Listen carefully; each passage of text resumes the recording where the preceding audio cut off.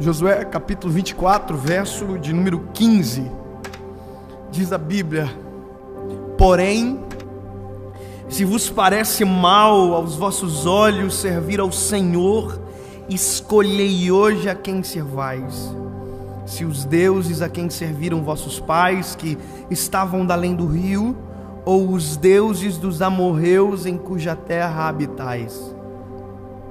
Porém eu e a minha casa serviremos ao Senhor.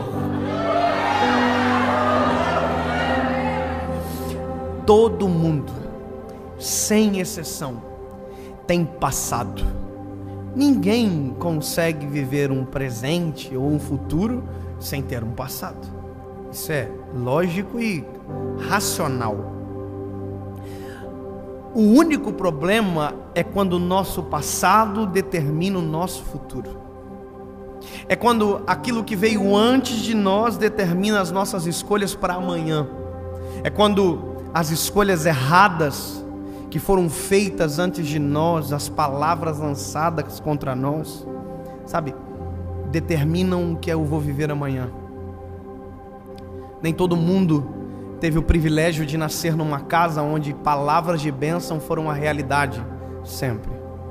Nem todo mundo tem o privilégio, a bênção de ter nascido numa casa onde o casamento é feliz de verdade, não é uma aparência ou viver um divórcio. A maioria das pessoas tem dentro da sua família histórias de fracasso, sabe? Ou quase fracassos, ou fracassos completos. E esse texto, para mim, ele é a marca de um conceito que é novo, mas que já está aqui há anos. Autorresponsabilidade. Quando você assume a culpa, o ônus e o bônus das suas escolhas. E quando você assume a escolha, sabe, quando você assume, não de tirar do Senhor, pelo contrário, assume a direção do Senhor para você. Eu acho interessante esse texto, porque quem está ouvindo isso é um povo que são filhos de uma geração que não entrou na terra prometida. Josué não é o que recebeu originariamente essa promessa de chegar, estar na terra que emana leite e mel. Quem recebeu essa promessa foi quem antecedeu ele na liderança. Moisés é aquele que tira o povo do Egito e na peregrinação até essa terra prometida, a qual Deus havia programado para eles viverem, um trajeto curto, demora 40 anos pela infidelidade do povo. Chega um momento que Deus se cansa e diz: olha, ninguém vai entrar. Dessa geração ninguém vai entrar. Só entrará os filhos quando o último dessa geração sucumbir. Moisés não entra. Ninguém entra. Os filhos entraram. Só que veja, os pais que apontaram o caminho não conseguiram chegar na terra prometida. Os pais que disseram para os filhos a vida inteira: filhos, olha, um dia nós vamos chegar num lugar onde a Bíblia, o Senhor Deus diz que emana leite e mel, ou seja, nós vamos viver os melhores dias da nossa vida quando nós chegarmos lá. Só que o que eles não entendem é que eles estavam apontando um lugar de bonança, mas já estavam vivendo e desfrutando de bonança. Porque no meio do deserto, no meio da peregrinação, maná do céu, água da rocha, nuvem de fumaça, coluna de fogo, o mar que se abre, o sapato que cresce, a roupa que não envelhece, ou seja, eles estavam vivendo os melhores dias da vida, só não perceberam. Tem gente que não entende que o caminho é tão gostoso quanto o destino. Quando a gente deixa o Senhor controlar, eles estavam vivendo, apontando o lugar, mas não estavam vivendo o caminho, e por isso não entraram. Então, quem entrou na terra prometida sabe o porquê os seus pais ficaram no deserto. Veja, a gente sabe o porquê do fracasso. Quem é filho de pais divorciados sabe exatamente por que os seus pais divorciaram, por exemplo. Se for infidelidade, ele sabe que infidelidade é péssimo. Sabe, se for falta de afeto, ele sabe o quanto a falta de afeto implica em um relacionamento. Ou seja, quem tem histórias de fracasso, na verdade tem tudo para dar certo. Porque sabe o que não fazer, o que não repetir, o que não reproduzir. O problema é que tem pessoas que chegam na terra prometida, mas o coração ainda mora no deserto. ainda é refém de passado, ainda é refém de histórias negativas, sabe? Gente que não acredita no casamento porque os dos pais não deram certo. Gente que não acredita na família porque a sua família não deu certo. Gente que não acredita mais nas pessoas porque desacreditou, porque viu dando errado dentro de casa, na sua história. Veja, você não é refém daquilo que deu errado. Assuma a responsabilidade para viver algo novo. Assuma a ponta, sabe? Muda o paradigma que foi estabelecido sobre você. Você não é fruto de algo que disseram para você. Você é fruto daquilo que Deus tem ao seu respeito e disponível para entregar para você. Mas tem uma coisa importante aí: autorresponsabilidade, que é o que Josué está fazendo. Veja, Deus traz à tona, através da boca de Josué, tudo aquilo que o povo viveu no deserto. Deus lembra eles: olha como eu sou bom, olha o que eu fiz. Deus está se esforçando para trazer a memória desse povo que é bom, maravilhoso servir a Deus e não o passado. Só que veja, quando Deus para de falar através da boca de Josué, quem assume é Josué, e Josué está bravo demais. Ele diz: ei, se vos parece mal servir esse Deus, tudo que Deus fez de bom ele contou, e ele diz de maneira sarcástica: se vos parece mal servir esse Deus, escolham quem vocês vão servir. O que ele falou? Escolham a quem vocês vão servir. Ele está dizendo: vocês só são reféns se quiserem. Falaram que você é um idiota, você só será um idiota se quiser. Falaram que você é um fracassado, você só será um fracassado se quiser. Falaram que você não vai dar certo, você só não vai dar certo se quiser. Ei, quem veio antes que você divorciou, não deu certo o casamento, só dará errado o seu se você quiser. Porque se você quiser dar certo, escolha. Se você quiser que a sua vida seja o oposto daquilo que disseram, escolha. Deus tem algo novo para você a partir da decisão que você tomar. Ei, eu não sou aquilo que disseram ao meu respeito, eu sou aquilo que o céu gritou sobre mim nessa geração. Quando eu fui casar, eu vou contar um pouco antes. Quando eu encontrei a minha esposa, Paula, eu casei com a minha primeira namorada. Yes, ganhei. Eu conheci ela quando eu tinha 16 anos.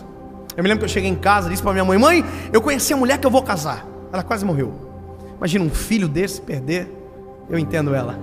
Ela ficou morrendo de ciúme. Ela disse que ela não queria conhecer a Paula. Eu não quero conhecer ela. Durante 30 dias ela não quis conhecer a minha esposa. Depois ela se rendeu. A minha esposa é maravilhosa, linda, é um doce de mulher, é a mulher mais incrível que eu já conheci na minha vida. Por isso casei com ela. E veja, eu me lembro que eu trabalhava de estagiário nessa época no banco. Sabe estagiário do banco? Caixa Econômica?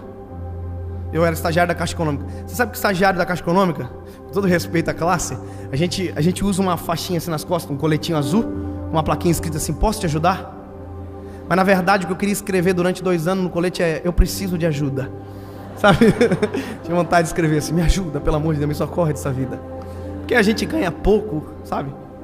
Escravizado, não tem moral nenhuma. Acabei de denunciar uma profissão, olha só. Mas vamos lá, depois a gente corta isso. Eu me lembro que eu estava na cozinha assim almoçando, tinha vários funcionários e o estagiário se achando, sentado na mesa. Aí eu me lembro que eu falei assim: gente, eu descobri a mulher que eu vou casar. Aí todo mundo assim: sério? Eu tinha 16 anos, estagiário. Só que eu não disse que ia casar amanhã, eu só disse que eu tinha descoberto a esposa que ia casar. E aí teve um homem que olhou para mim e falou assim: para de ser idiota. Casar é a pior coisa que existe na vida de alguém. E eu fiquei assim: oh my God. Porque eu era estagiário, ele era funcionário. Então a única coisa que eu podia fazer era ficar quieto. E ele disse: casar é horrível, casar é terrível, dá tudo errado. E foi falando, e foi colocando peso em mim. E eu ficando ruim, e todo mundo ruim. E ele: casamento é a pior coisa que o ser humano inventou. Isso está só. Irmão, quando ele terminou de falar, eu juntei toda a coragem de estagiário que eu tinha, quase nada. Olhei para ele e disse: amado, já preparando para fugir. Falei assim: você é casado? Ele disse: não. Você é o que então? Ele disse: eu sou divorciado. Eu falei: então deixa eu te contar uma coisa. Se eu quiser saber sobre casamento, eu vou perguntar para quem deu certo.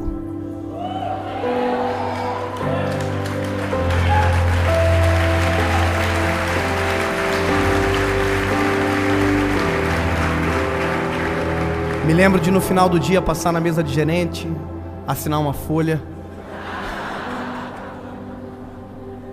Brincadeira.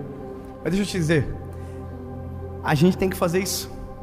A gente tem que parar de aceitar lixo de gerações que foram passadas para nós. A gente tem que parar de aceitar legados de maldição. Para de se vitimizar, para de colocar a culpa em quem veio antes, que você assume a responsabilidade. Ei, o meu casamento será feliz. Teve divórcio no casamento de vocês, da família de vocês, dos pais de vocês? Olha pra cá. O meu casamento vai dar certo. Teve adultério? Eu serei fiel à minha esposa até o final. Sabe, porque a gente escolhe. É o que Josué está dizendo. Ei, se vocês quiserem dar errado, o problema é de vocês, porque eu e a minha casa serviremos ao Senhor.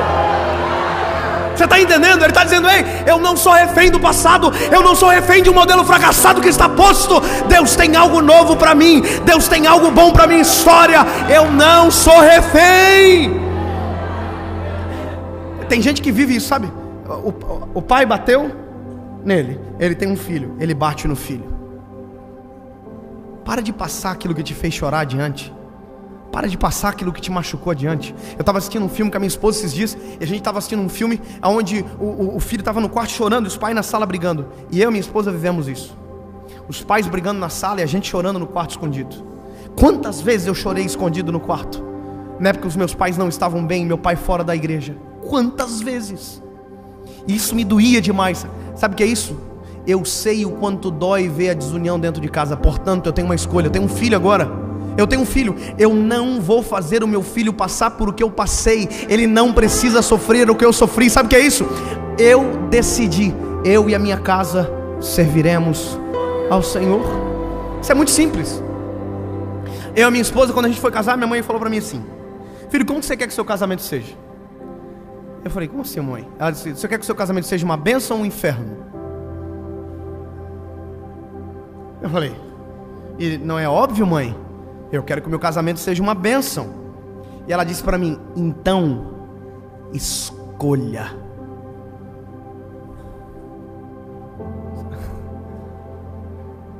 Mãe, como assim? Porque quando a gente escolhe, as nossas atitudes que seguem após a escolha condizem com a escolha que a gente fez.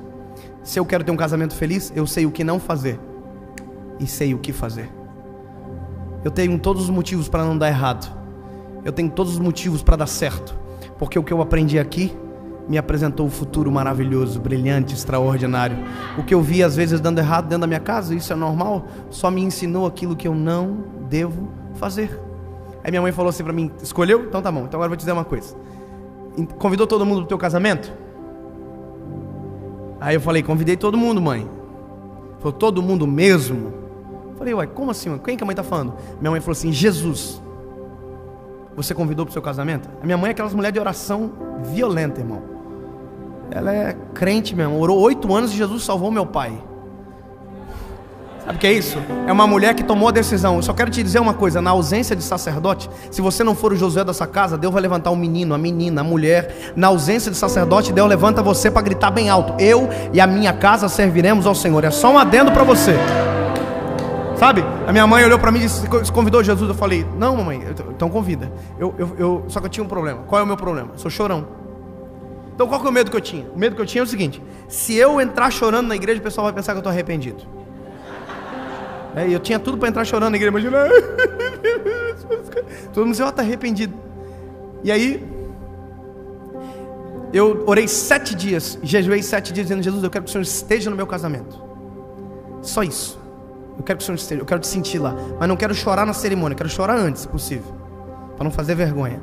Cheguei no casamento, eu me lembro que quando eu vi aquelas flores tudo brega, vermelha, coisa mais linda do mundo. Na época era a coisa mais linda, hoje é uma breguice total. As bolas de rosa, parecia um velório assim, cara, top. Mas nós achávamos a coisa mais chique do mundo. E a minha esposa ainda disse: olha, eu quero uma decoração para a igreja ou outra para o salão. Toda metida. E Deus atendeu o pedidinho dela.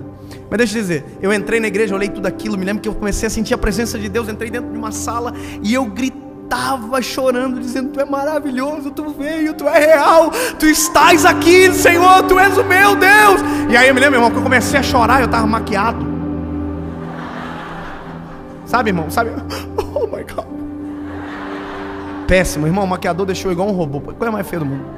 E eu me lembro que eu saí assim, sequei a maquiagemzinha, entrei na igreja, sem chorar, casei com a minha esposa e fui para casa. E no dia que eu fui para casa, sabe quem foi comigo? Jesus. E sabe quem mais? Ninguém.